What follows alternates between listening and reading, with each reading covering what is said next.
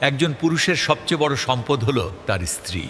যদি সঠিক জীবনসঙ্গী পাওয়া যায় তবে জীবনটা অনেক সুন্দর হয়ে ওঠে। আবার সেই নারী তার পুরো দুনিয়াকে ধ্বংসস্তূপে পরিণত করতে পারে। এটা কোনো বইয়ের কথা নয়, বরং বাস্তব জীবনের চরম সত্য। যদি কোনো পুরুষ একজন ভালো বুদ্ধিমতী স্ত্রী পায় তবে তার ঘর মসজিদের মতো পবিত্র হয়ে ওঠে। এমন স্ত্রী সব বিপদে তার পাশে থাকে। তার সাথে পুরুষটি এই বিশ্বাস রাখতে পারে যে পুরো পৃথিবী তার বিরুদ্ধে চলে গেল, তার স্ত্রী কখনোই তার সঙ্গ ছাড়বে না।